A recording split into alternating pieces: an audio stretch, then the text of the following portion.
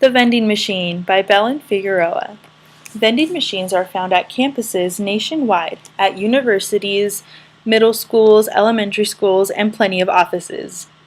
It's a great way to get a cheap snack to hold you over for usually just $1 and some change. Watch as Mindy and Michelle try to decide on a snack to get before they head off for rounds.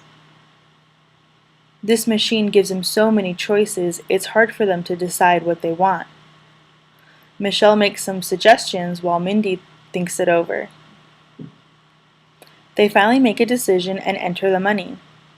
Next, they'll hit the corresponding letter and number to the item that they want. The machine will spin its coil and drop the item.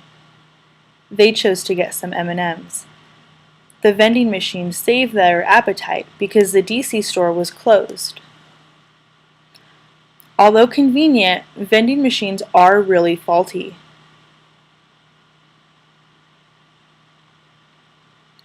Many times you'll notice that the machine won't drop the item that you wanted, or sometimes it'll eat your money. But still, vending machines are a great way to get a quick snack.